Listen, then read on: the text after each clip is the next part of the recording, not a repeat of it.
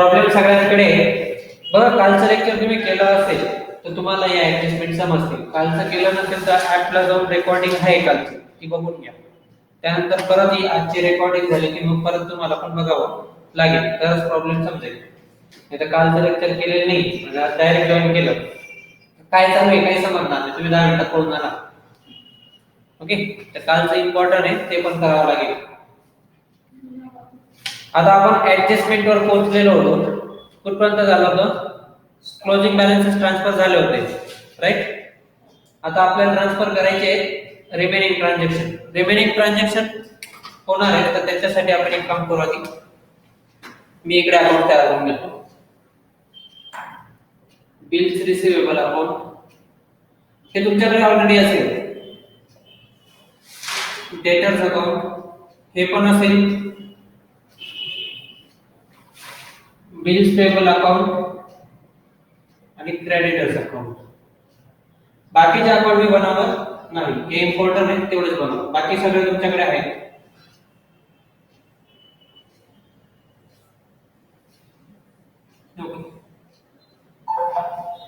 त्याच्यात काय लिहिलेलं आहे ते पण जाऊ दे. डायरेक्टली स्टार्ट करू. ऍडजस्टमेंट, पहिली ऍडजस्टमेंट काय बघा, काय म्हटलंय? डिस्काउंट अलाउड टू डेटर. डिस्काउंट दिलेला आहे कोणाला? डेटर्सला. डेटर्सला डिस्काउंट दिलाय म्हणजे प्रॉफिट अँड लॉस मध्ये तुमचं नुकसान झालेलं आहे, बरोबर आहे. मग त्याचा पहिला इफेक्ट करा प्रॉफिट अँड लॉस अकाउंटच्या डेबिटला. To discount allowed, to discount allowed या नावाने करा. किती अमाउंट आहे? 375 डायरेक्ट या.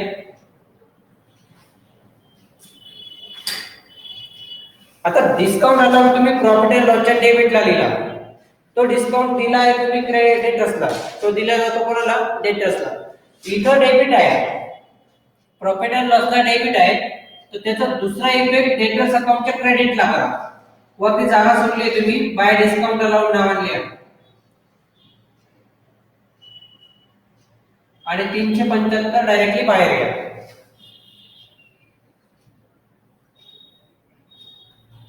375 डायरेक्टली बाहेर घ्या. निकिता, आवाज क्लिअर येतोय ना?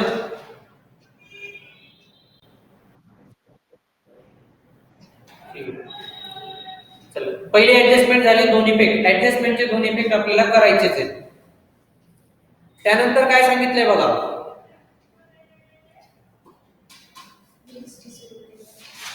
बिल्स रिसिवेबल एंडोर्स केलेले.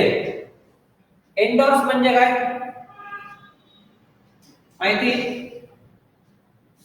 एंडोर्स आठवतं का? 12वीला बिल ऑफ एक्सचेंज बघितलं होतं, त्याच्यात एंडोर्समेंट शब्द होता. हा, एंडोर्समेंट म्हणजे काय ते समजून घ्या आधी. सपोज हे ट्रान्झॅक्शन 3 व्यक्तींमधलं असतं. किती व्यक्तींमधलं? 3 व्यक्तींमधलं. आता मी एक्झाम्पल देतो, त्याच्यावर तुम्हाला समजेल. ओके, समजा इथं मी स्वतः आहे, अश्विनी आहे आणि रुचिका, असे 3 व्यक्ती आहेत. ओके, अश्विनीकडनं मला पैसे घ्यायचे आहेत. माझ्या शब्दांकडे व्यवस्थित लक्ष द्या. काय सांगतो मी? अश्विनीकडनं मला पैसे घ्यायचे. सपोज अश्विनीकडनं मला 5,000 रुपये घ्यायचे, हे मला माहिती आणि अश्विनीला पण माहिती. पण रुचिका आणि माझ्यामध्ये पण एक ट्रान्झॅक्शन झालं होतं, ज्याच्यात रुचिकाचे 5,000 रुपये माझ्याकडनं घेणं बाकी. ट्रायंगल फिरला, मला अश्विनीकडनं घ्यायचे आणि रुचिकाला कोणाकडनं घ्यायचे? माझ्याकडनं घ्यायचे. ओके, मग माझ्या लक्षात आलं की मला अश्विनीकडनं 5,000 रुपये घ्यायचे. मी अश्विनीला काय सांगितलं? बिल ऑफ एक्सचेंज पाठवलं की अश्विनी या तारखेपर्यंत मला पैसे पाहिजे. जसे मी अश्विनीला लेटर पाठवलं, पैसे येणार आहेत, पण अचानक रुचिकाचा मध्येच मला लेटर आलं, कॉल आला की सर माझे 5,000 रुपये तुमच्याकडे घ्यायचे बाकी आहेत, तुम्ही अजून दिलेले नाही. मग माझी टूटलाईन तेव्हा चालू झाली की आता अश्विनीकडनं 5,000 येतील आणि मी रुचिकाला देईन. एवढा गोंधळ करण्यापेक्षा मी काय करतो, ज्याच्यावर मला अश्विनीने ऍक्सेप्टन्स दिलाय, ज्या बिल ऑफ एक्सचेंजवर अश्विनीने ऍक्सेप्टन्स दिलाय की मी 5,000 रुपये देऊन टाकेन, ते बिल ऑफ एक्सचेंज मी रुचिकाला देऊन टाकेन. आणि रुचिकाला सांगितलं तुम्ही एक काम करा, 5,000 रुपये माझ्याकडे मागण्यापेक्षा डायरेक्ट परस्पर अश्विनीकडनं घेऊन जा. म्हणजे ट्रान्झॅक्शन कोणामध्ये होईल आता? रुचिका आणि अश्विनी. माझा काही संबंध राहील का? नाही. माझे पैसे येणार होते ते पैसे मी रुचिकाला द्यायला लावले, म्हणजे माझा याच्यात इन्व्हॉल्वमेंट नाही झाला. म्हणजे याच्यात एक गोष्ट लक्षात घ्या, मी क्रेडिटर होतो कोणाचा? अश्विनीचा. अश्विनी माझी डेटर्स होती. आता हे शब्द लक्षात ठेवा, अश्विनी माझी डेटर्स होती, मी क्रेडिटर्स होतो, पण रुचिका माझी क्रेडिटर्स होती. आता इथं मी इम्पॉर्टंट आहे, माझे दोघं व्यक्ती इम्पॉर्टंट आहे, डेटर्स पण आणि क्रेडिटर्स पण. यांच्यात ट्रान्झॅक्शन होत आहे कोणाकोणामध्ये? अश्विनी आणि रुचिका. अश्विनी होती क्रेडिट डेटर्स, रुचिका होती क्रेडिटर्स. म्हणजे डेटर्स आणि क्रेडिटर्स या दोघांमध्ये ट्रान्झॅक्शन होईल. कोणामध्ये?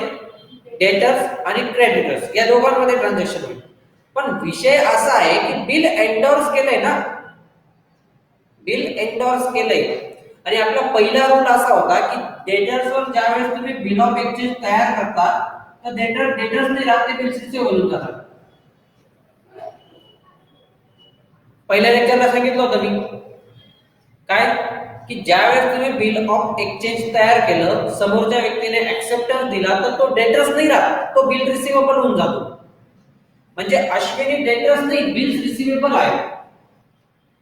बरोबर आहे. आता अश्विनी पैसे देणार कोणाला? रुचिकाला. मग रुचिकाचं नाव तिच्या पुस्तकात लिहिलं बाय क्रेडिटर्स अकाउंट, कारण पैसा अश्विनी देणार आहे ना, अश्विनीच्या खात्यातून पैसे जाणार आहेत, म्हणून क्रेडिटला लिहिलं बाय क्रेडिटर्स अकाउंट. इथं याचं नाव इकडे येईल. किती अमाउंट देणार आहे?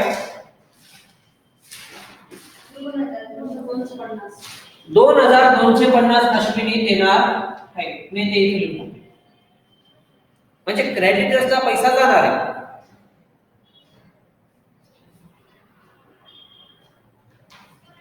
₹2250 हे बिल्स रिसिवेबल देणार आहेत. कोणाला देणार आहेत? क्रेडिटर्सला. क्रेडिटर्सला मिळतील ते कोणत्या साईडला मिळतील? इथं क्रेडिट आहे, तिथं डेबिट होऊन जाईल. मग क्रेडिटर्सच्या डेबिटला लिहा to bills receivable account.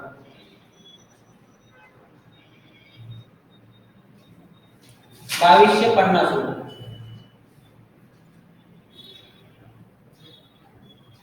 Effect लक्षात आले सगळ्यांचं? काय सांगितलं इकडे?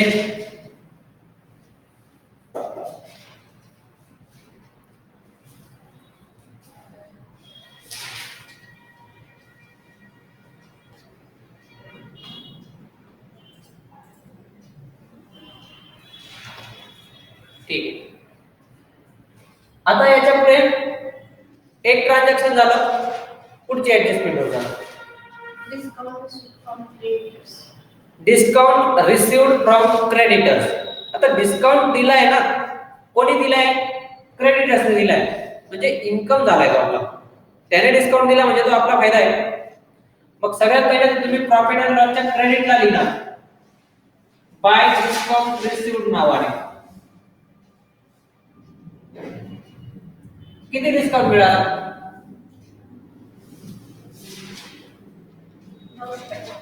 975 रुपये क्रेडिटला लिहा, प्रॉफिट अँड लॉसच्या क्रेडिटला.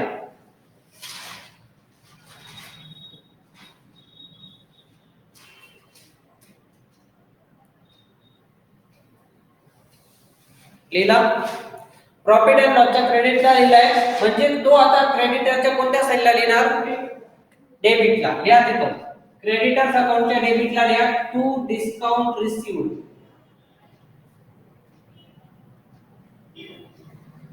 ₹975.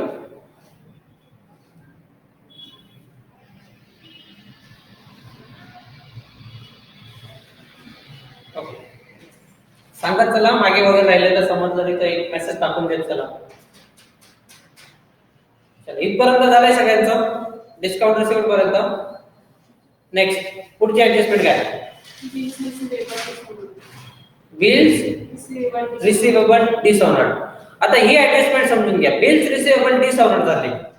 आता याचे इफेक्ट पण मी तुम्हाला लिहून दिले, वहीच्या पहिल्या पेजवर लिहून दिलं होतं. बिल्स रिसिवेबल डिसऑनर्ड झाले तर काय इफेक्ट होतात? बिल्स रिसिवेबलचा क्रेडिटला आणि डेटरचा डेबिट. बिल्स रिसिव्हेबलच्या क्रेडिटला आणि डेटर्सच्या डेबिटला, बरोबर. सगळ्यात पहिले तुम्ही बिल्स काढतात. बिल काढलं की डेटर्स कडनं पैसा जातो, तो बिल्स रिसिव्हेबल मध्ये ऍड होऊन जातो, म्हणजे पैसे मिळून जातात. पण ज्यावेळेस बिल ऑफ एक्सचेंज काढलेला आहे, समोरच्या व्यक्तीने तुम्हाला रिजेक्ट केलं, त्याने डायरेक्ट सांगितलं मी पैसे देणार नाही. पैसे देणार नाही म्हणजे तुम्हाला रिटर्न यावं लागेल. मग कम बॅक, रिटर्न येण्याची एंट्री करायची आपल्याला.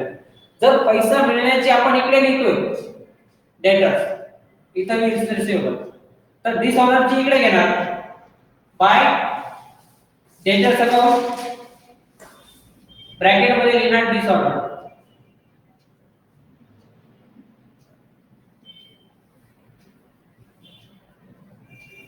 ब्रॅकेट मध्ये डिसऑर्डर लिहायचं. किती डिसऑर्डर झालं? 750 रुपये.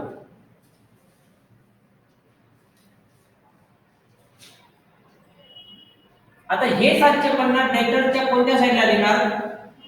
डेबिटला. तिथं क्रेडिट तर इथं डेबिट आलं पाहिजे.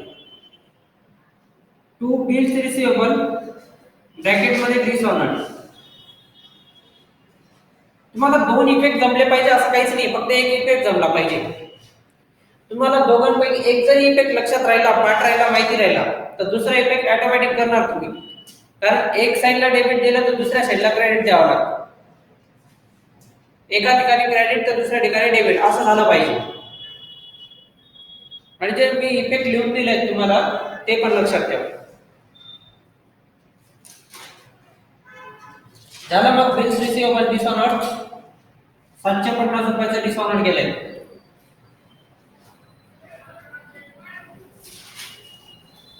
इथपर्यंत बरोबर आहेत ना जसना आणि निकिता?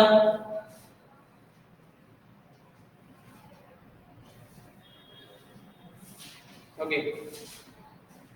पुढे काय आता?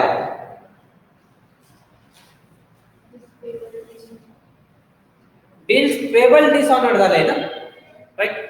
जसं बिल्स रिसिव्हेबल डिसऑनर झालं तसं बिल्स पेबल डिसऑनर झालं. आणि त्याचं बिलकुल अपोजिट असतं. जसं तुम्ही इथं क्रेडिट डेबिट लिहितात तिथं डेबिट क्रेडिट लिहायचंय. म्हणजे बिल्स पेबलच्या डेबिट साईडला लिहिणार काय नावाने? टू क्रेडिटर्स अकाउंट ब्रॅकेट मध्ये डिसऑर्डर. बिल्स पेबल अकाउंटच्या डेबिटला लिहा टू क्रेडिटर्स अकाउंट ब्रॅकेट मध्ये डिसऑर्डर. किती? 300 रुपयाला डिसऑर्डर झालं. आणि इथं डेबिटला आहे म्हणून ते क्रेडिटरच्या कुठे लिहिणार? क्रेडिटला. बाय बिल्स पेबल ब्रॅकेट मध्ये डिसऑर्डर 300 रुपये.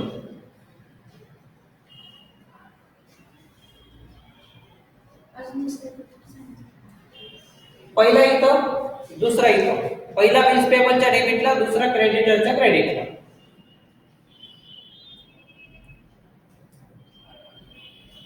हे हॉनर्ड आणि डिसऑनर्डचे इफेक्ट व्यवस्थित लक्षात ठेवा. इथंच मिस्टेक होतात. हॉनर्डचं विचारलं जातं ना, असं काही नाही. मी काय सांगतो, हॉनर्ड आणि डिसऑनर्डचे इफेक्ट लक्षात ठेवा. इथंच गोंधळ होतो. जेव्हा तुम्हाला डिसऑनर विचारले म्हणजे पैसा जाणार नाहीये, भेटता भेटता रिटर्न आलेला आहे. म्हणजे तुम्ही सगळ्यात पैसे येत नाही ना. लक्ष द्या पहिले मी काय सांगतो. आता मी ज्या वेळेस एखाद्या वेळेस सपोज तुमचं उदाहरण घेऊ, जसं की मी तुमचं आणि रुचिकाचं एक्झाम्पल घेतलं होतं. मी तुमच्यावर बिल काढलं 5000 रुपये तुम्ही मला देणार आहे. सपोज मी तुम्हाला तारीख पण दिली 10 मार्च पर्यंत अश्विनी मला 5000 रुपये पाहिजे, अशा नावाचं मी बिल ऑफ एक्सचेंज पाठवलं. तुम्ही तुमचे त्याच्यावर सही शिक्का केला आणि ऍक्सेप्ट केलं, बरोबर आहे. आणि ते मला रिटर्न मिळालं. बिल ऑफ एक्सचेंज तुम्ही मला पाठवून दिलं की मला मान्य आहे तुमच्याकडे 5000 रुपये बाकी असं मी देऊन टाकेन. कधीपर्यंत? 10 तारखेपर्यंत. पण 10 तारखेला तुम्हाला पैसे द्यायचे होते आणि अचानक तुमच्या लक्षात आलं की तुमच्या अकाउंटलाच पैसे नाही. 10 तारीख ज्या दिवशी आली त्या दिवशी तुम्हाला लक्षात आलं की तुमच्या अकाउंटला पैसेच नाहीये. तुम्ही मला असं नाही म्हटलं की मी देणार नाही. तुमच्या अकाउंटला पैसे नाहीत किंवा तुमच्या काहीतरी टेक्निकल प्रॉब्लेम आला असेल किंवा काही प्रॉब्लेम आला असेल आणि तुम्ही मला एक शब्द सांगितला की सर बिल आता पैसे पेड करू शकत नाही, मी आता पैसे पेड करू शकत नाही. तुम्ही आता पैसे पेड करू शकत नाही म्हणजे डिसऑनर, बिल डिसऑनर होतं. जर पैसे दिले असते तर ऑनर्ड होऊन गेलं असतं. पण तुम्ही काय सांगितलं की आता पैसे देणं पॉसिबल नाही, काहीतरी कारण आहे, आता नाही देऊ शकतो. तुम्ही एक काम करा, एक 15 दिवसाची मुदत मला अजून द्या, नवीन बिल काढा, असं काहीतरी ते पुढे घडेल. पण त्याच्या आधी तर बिल डिसऑनर झालं ना, पैसे नाहीत म्हणजे बिल डिसऑनर. मग ते इथं काय केलं आपण, इथं काय एंट्री केली, सगळ्यात पहिले तुम्ही बिल देणार असं प्रॉमिस केलं. मला प्रॉमिसरी नोट माहिती आहे तुम्हाला, promissory note instrument, negotiable instrument act आहे, त्याच्यानुसार प्रॉमिस करणं म्हणजे तुम्ही बिल ऍक्सेप्ट केलं. मला तुम्ही प्रॉमिस केलं की मी पैसे देणार. ज्या दिवशी तुम्ही माझे डेटर्स होते, तुम्ही पैसे देणार असं म्हटल्यावर तुम्ही बिल रिसिवेबल होऊन गेले. मी माझ्या अकाउंटला बिल्स रिसिवेबल म्हणून लिहून घेतलं की या व्यक्तीकडनं मला एवढ्या वेळात पैसे येणार आहेत, म्हणजे तुम्ही बिल्स रिसिवेबल होऊन गेले. तुम्ही डेटर्स नाही, तुम्ही डेटर्स कॅन्सल झाले आणि बिल रिसिवेबल होऊन गेले. पण ज्या दिवशी तुम्ही पैसा कॅन्सल केला, बिल कॅन्सल केलं, पैसा देणं नाही पॉसिबल झालं, तर त्या दिवशी तुम्ही बिल्स रिसिवेबल वरनं पुन्हा डेटर्स लिहून गेले.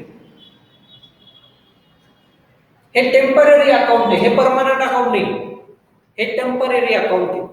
ज्या ज्या वेळेस तुम्ही बिल ऑफ एक्सचेंज तयार करणार त्या त्या वेळेस हे bill receivable, bill payable account तयार होतील.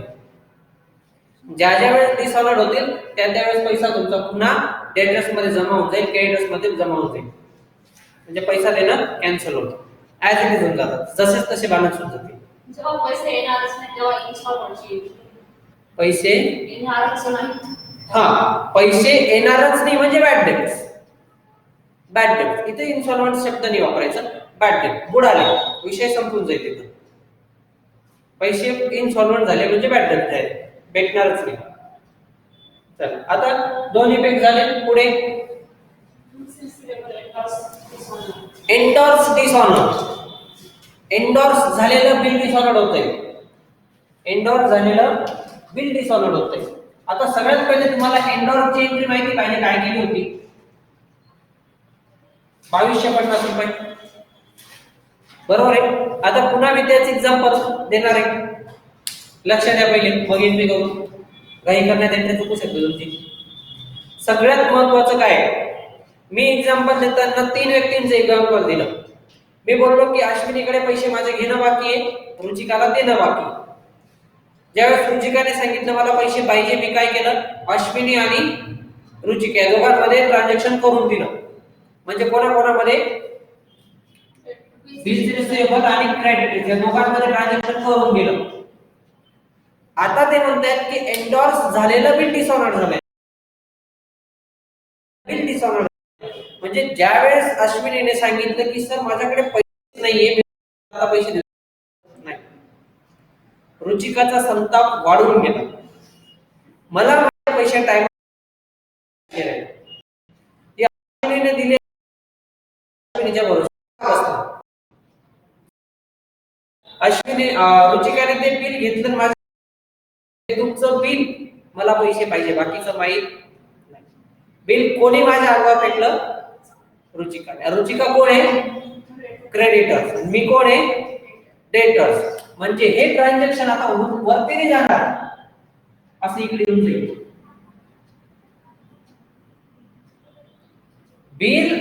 बिलाचे पैसे अश्विनी क्रेडिटरला देणार होते, पण अश्विनी म्हणजे कोण, बिल्स रिसिवेबल क्रेडिटर्सला पैसे देणार होता, पण क्रेडिटर्सला ऐन वेळेस पैसे मिळाले नाही.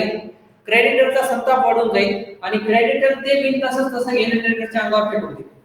मला पैसे पाहिजे, बाकीचं माहित. म्हणजे डेटर्स आणि क्रेडिटर्स मध्ये एंट्री होईल. आता याच्याकडे बिल आलेलं होतं, तो डेबिटला लिहितोय, जाताना कुठे लिहिल, मग इथं लिहितील तो बाय डेटर्स अकाउंट आणि ब्रॅकेट मध्ये लिहून घेईल एंडोर्स डिसऑनर. म्हणजे जे बिल एंडोर्स झालं होतं ते डिसऑनर झालं.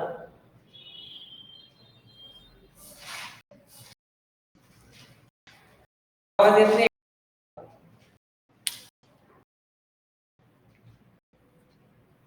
एकदा रिफ्रेश करून घ्या ना.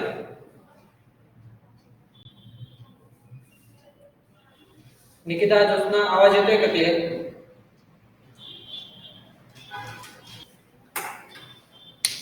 काय ट्रान्झॅक्शन होतं? Bills receivable endorse bill dishonoured होते, बरोबर?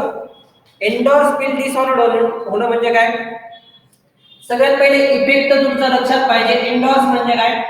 बिल ट्रान्सफर केलं होतं, बिल्स रिसिवेबल आणि क्रेडिटर्स मध्ये ट्रान्झॅक्शन झालेलं होतं, राईट? बिल्स रिसिवेबल आणि क्रेडिटर्स या दोघांमध्ये ट्रान्झॅक्शन झालं होतं. म्हणजे जसं की मी एक्झाम्पल दिलं होतं, अश्विनी, रुचिका आणि मी होतो. मी अश्विनीला बिल पाठवलं होतं, अश्विनीने क्रेडिटरला पैसे दिले होते, असं प्रॉमिस झालेलं होतं. पण ऐन वेळेस अश्विनीकडे पैसे नसल्यामुळे अश्विनी रुचिकाला पैसे देऊ शकले नाही, म्हणजे क्रेडिटर्सला पैसे भेटले नाही. क्रेडिटर्सला ज्यावेळेस पैसे मिळणार नाही, क्रेडिटरचा संताप वाढून जातो आणि क्रेडिटर्स काय करेल? तेच बिल घेईल आणि डेटर्सच्या अंगावर फेकून देईल. म्हणजे रुचिकाला पैसे मिळाले नाही, रुचिकाने ते बिल माझ्याकडे आणून दिलं, मला पैसे मिळाले नाही, हे बिल तुमचं तुम्ही वापस ठेवा, बरोबर? म्हणजे याचं ट्रान्झॅक्शन काय होणार आहे? क्रेडिटर्स आणि डेटर्स या दोघांमध्ये होईल. इथं बिल्स रिसिवेबलचा काही संबंध नाही. बिल्स रिसिवेबल तर ऑटोमॅटिक डेटर्स होऊन जातील, त्याने पैसे दिले नाही म्हणजे तो ऑटोमॅटिक डेटर्स होऊन गेला, बरोबर आहे? पण एंडोर्सचा काय संबंध होतो? मग क्रेडिटर्स आणि बिल डेटर्स या दोघांमध्ये संबंध. कारण क्रेडिटरचा इथं पैसे मिळाले नाही, त्याने डेटर्सला ते बिल रिटर्न करून दिलं, डेटर्सला बिल रिटर्न करून दिलं, हे बिल तुझं वापस घे, मला पैसे मिळाले नाही. किती पैसे मिळाले नाहीत? 300 रुपयापर्यंत त्याने बिल रिटर्न करून दिलं,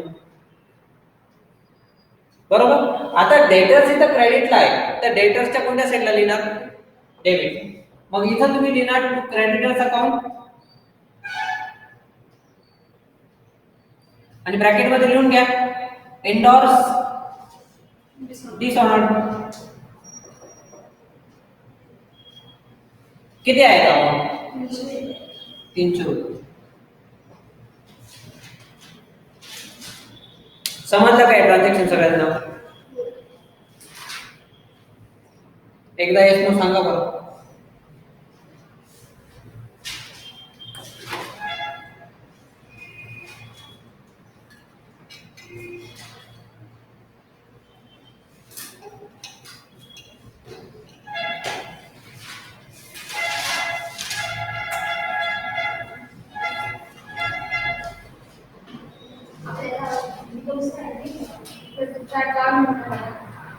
आहे ना, तिथे 2-3 पेपर दिले असते. माझ्याकडे अजून इथपर्यंत समजलंय का? सांगा मला पटकन. मेसेज टाका येस नो का.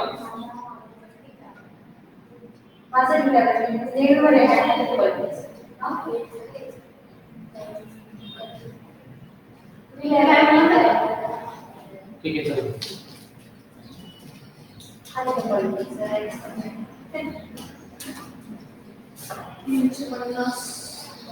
चला झालं. पुढे काय आता? बिल्स रिसिवेबल एंडोर्स डिसऑनर पण होऊन गेलं, ओके? म्हणजे इथल्या एंटर आता संपल्या. पुढे म्हटले लूज टूल्स ते रिव्हॅल्यूड. लूज टूल्स रिव्हॅल्यूड झाले किती रुपयाने? 1650. ओके, 1650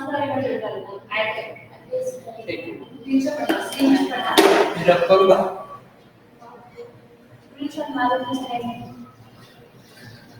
लिहित असेल. हे बघा, लूज टूल तुमची असेट आहे. लूज टूल्स काय असेट आहे आणि किती आहे तिथं लिहिलेली ना कॉलमला? 2. त्यांचं म्हणणं असं आहे की रिव्हॅल्यूड झाले ते किती पर्यंत? 1650 पर्यंत. 1650 बाहेर आले पाहिजे. मग डिफरन्स कितीचा आहे? मग डिफरन्स मध्ये लिहा, त्याला नाव द्या लेस डेप्रिसिएशन. 350 रुपये लेस करा डेप्रिसिएशन म्हणून आणि बाहेर 1650 बाहेर घेऊन टाका असेटला. लिहून ठेवलं असेल ना? सापडलं? काय झालं? ठीक आहे. मग आता हे 350 लेस झाले, डेप्रिसिएशन आपण कुठे लिहितो? प्रॉफिट अँड लॉसच्या डेबिटला तिथे लिहा to depreciation on loose tools 350 रुपये तिथे लिहून टाका.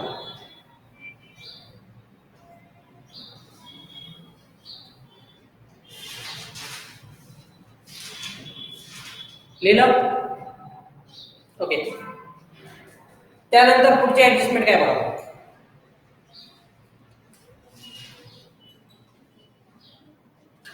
Goods amounted rupees 350 were use for घेतला ना हा for the domestic purpose. Domestic purpose म्हणजे त्याचा वैयक्तिक खर्च आहे.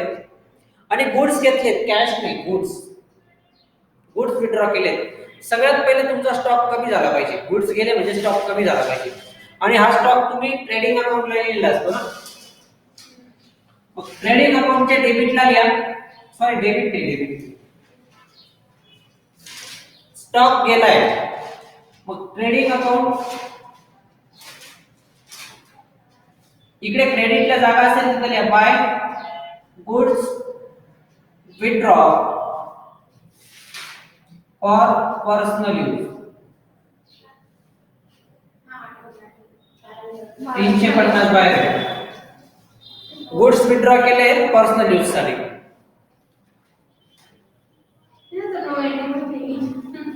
नो एंट्री केलेली नो एंट्री म्हणजे त्यांनी केलेली नाही आपल्याला करावं लागेल. ओके. आणि दुसरा इफेक्ट त्याचा बॅलन्स शीटच्या लायबिलिटीजला करा. हा तिथे कॅपिटल लिहून ठेवलंय आपण. किती होतं 14,000 काय होतं 850. त्याच्या खाली 2 ओळी सोडा आणि मग ड्रॉविंग लिहा. ऑलरेडी आहे ड्रॉविंग. लेस ड्रॉविंग पण आहे ना. किती आहे ड्रॉविंग 1650 आहे. त्याच्या खाली परत गुड्स म्हणून लिहून घ्या 350. टोटल ड्रॉविंग लेस करावं लागेल लास्टला. मी आलो कोण नाही आज. सगळे येतील. कोण नाही खबर काय माहिती. जरी यश काल बडा झोप जाईल असेल हे कोणीच नाही. तो नाही क्लास. तू प्रायव्हेट क्लास म्हणला सरांनी रिमूव्ह केला खूप पहिले सांगतो क्लास बरोबर झाला त्याचं काय झालं ते. बरं इथपर्यंत झालंय सगळ्यांचं. कोणी मागे नाही ना. बघा जेवढे ऍडजस्टमेंट आपण आज केले तेवढे ऍडजस्टमेंट तुम्हाला रिकाम्या जागांमध्ये करायचे होते. त्याच्यासाठी कालचं लेक्चर झालेलं पाहिजे. बरोबर आहे. ज्यांनी आज नवीन जॉईन केलं काल नव्हते कोणीच मग त्यांनी ती पहिले कालची रेकॉर्डिंग बघून घ्या. कालची रेकॉर्डिंग झालेली असेल काही 30-40 मिनिटाचीच वाटतं मी बघितली ती. आणि त्याच्यानंतर मग आजचं पूर्ण लेक्चर कव्हर करा. आणि आज सायंकाळी झालंच शक्य तुम्ही सुद्धा एकदा ही रेकॉर्डिंग बघून घ्या म्हणजे तुम्हाला बिल ऑफ एक्सचेंजचे अजून इफेक्ट लक्षात राहतील. ओके. बिल ऑफ एक्सचेंजचे जे 4-5 इफेक्ट केले आपण ते लक्षात राहण्यासाठी एकदा बघून घ्या. काही फरक नाही पडत. तेवढा वेळ टाइमपास करतोच आपण असंही टाइमपास मध्ये बघितलं जाईल. ओके. मग आता आपल्याला क्लोज करायचंय. ओके. क्लोज करताना मी जे अकाउंट पहिले करायला लावेल ते पहिले करत चला. स्टेटमेंट ऑफ अफेअर्स तर नव्हतंच ना आपल्याकडे. सगळ्यात पहिले बिल्स रिसिवेबल अकाउंटवर या. बिल्स रिसिवेबल अकाउंट कोणती साइड मोठी आहे सांगा. डेबिट का क्रेडिट. क्रेडिट मोठी आहे. कितीने मोठी आहे 18. ठीक आहे 18,000. 21,000 टोटल आहे. 18,000 चा बॅलन्स आला. मी टोटल विचारतो. Sorry okay 21,000. हा तिकडे 21,000 ती तिकडे डेबिटला लिहून टाका. 21,000 त्याच्यातनं डेबिट साइड मायनस करा. 18,000 डिफरन्स येतोय 18,000. त्याला नाव द्या टू डेटर्स अकाउंट. ब्रॅकेट मध्ये लिहा बॅलन्स इन फिगर. हो येतोच. टॅली करायला जायचंय त्याच्यासाठी हे डिफरन्स महत्वाचे. ओके डेटर्स झालं. त्याच्याच खाली तुम्हाला सॉरी बिल्स रिसिवेबल झालं त्याच्याच क्रेडिटर्स अकाउंट आहे ते क्लोज करा. ते क्लोज करण्याआधी हा डिफरन्स त्याच्यात ट्रान्सफर करा. इथं डेबिट आहे तो क्रेडिटला ट्रान्सफर करा बाय बिल्स रिसिवेबल नावाने 18,000.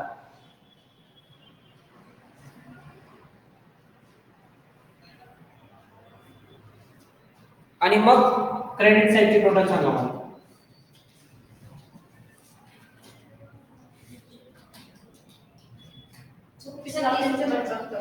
36,375. तेच डेबिटला लिहून टाका.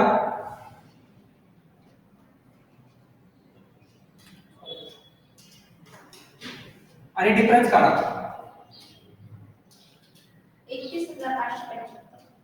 31,575. बरोबर आहे सगळ्यांचं.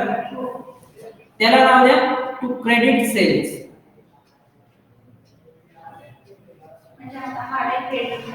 याला नाव द्या ब्रॅकेट बॅलन्स मध्ये बॅलन्सिंग.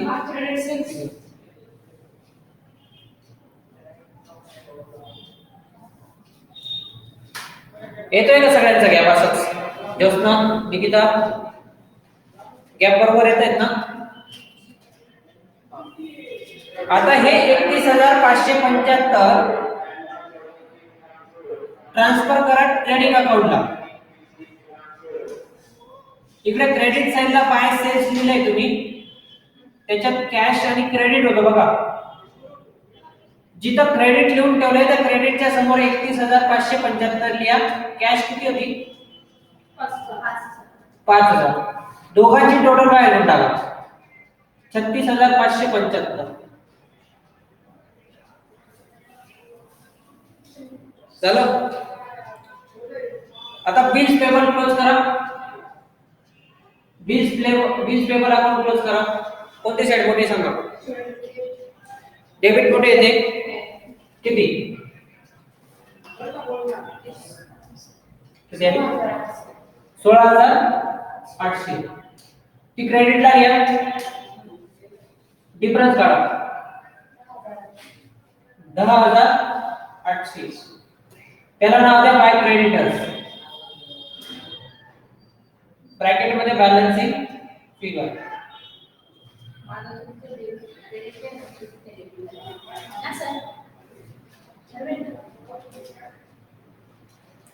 ते 10,800 तुम्ही क्रेडिटर्सला ट्रान्सफर करा. इथं क्रेडिटला आहे डेबिटला टाका. टू बिल्स पेबल 10,800 आणि क्रेडिटरची डेबिट साइड मोठी असेल काढा किती ते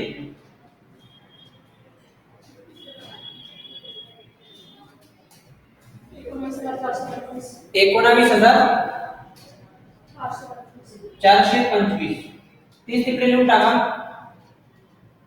आणि डिफरन्स काढा क्रेडिटरचा. मला आधी टोटल सांगितलं ना. टोटल किती आहे? 23,025. आणि मग डिफरन्स किती आलाय? 19,425. त्याला नाव द्या बाय क्रेडिट परचेसेस.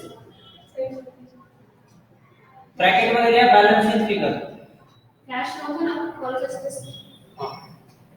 आता ते क्रेडिट परचेसेस ट्रान्सफर करा ट्रेडिंग अकाउंटच्या डेबिटला लिहून ठेवलंय तुम्ही टू परचेसेस.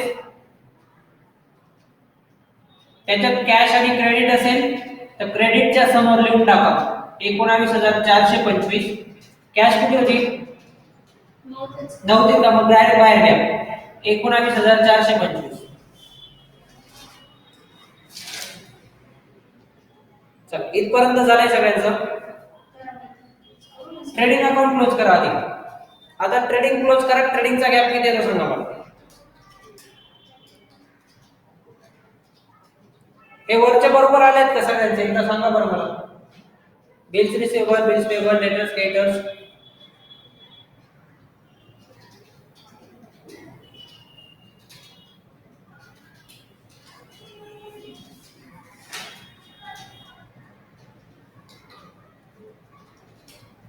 निकिता, ज्योत्स्ना आहेत ना? कमीच नाही. ते बंद केलंय. बस नाही आणखी राहायचं आवाज येतोय? क्रेडिट साईड मोठी येते सर. किती?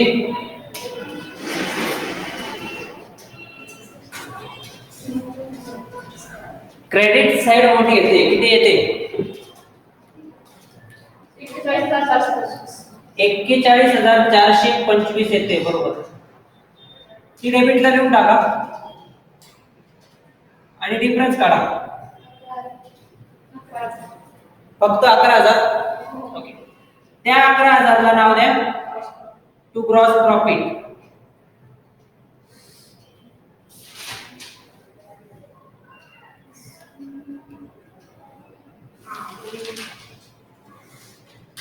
चला. आता हा जो ग्रॉस प्रॉफिट आहे हे वरचं चालू होतं ना. हा जो ग्रॉस प्रॉफिट आहे तो प्रॉफिट अँड लॉसच्या क्रेडिटला टाका. बाय ग्रॉस प्रॉफिट म्हणून सुरुवात आहे. दोन मुळे सोडले बघा तिथे लिहा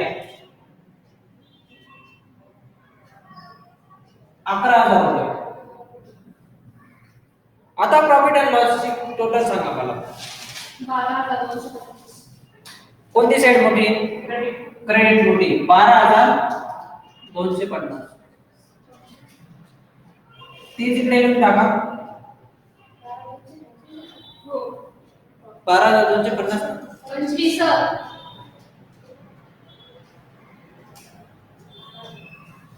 मिनिट प्रॉफिट आला 9,000. मग याचा डिफरन्स किती आला? 9,000 रुपये डिफरन्स आला. त्याला नाव द्या टू नेट प्रॉफिट.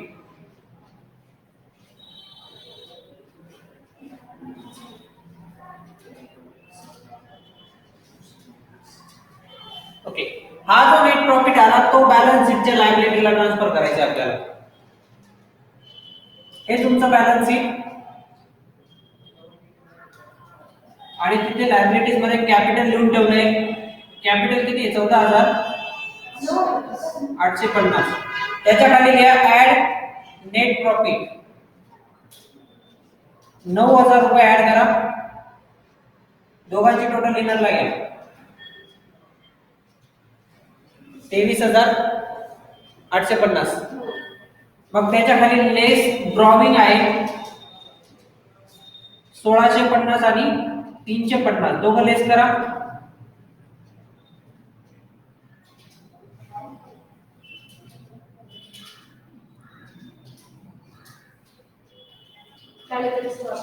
किती? बाहेर 21,850. 21,850. एवढं इथपर्यंत सगळ्यांचं बरोबर आलंय का? सांगा बरं एकदम. इथपर्यंत करेक्ट असेल तर बॅलन्स शीट टॅली करायचंय. दोघं साइड बरोबर आल्या पाहिजे. टॅली झालं की मला मेसेज टाका. ओके.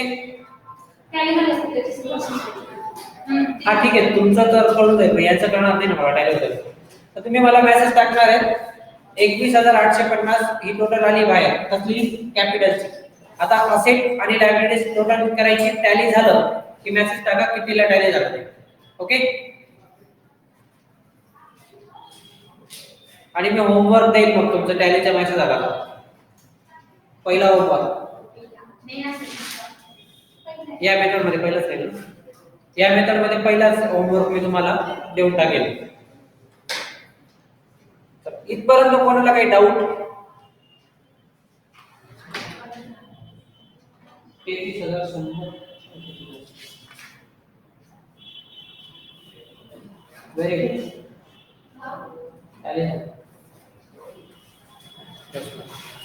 ठीक आहे. मग 33,100 टॅली होत आहे.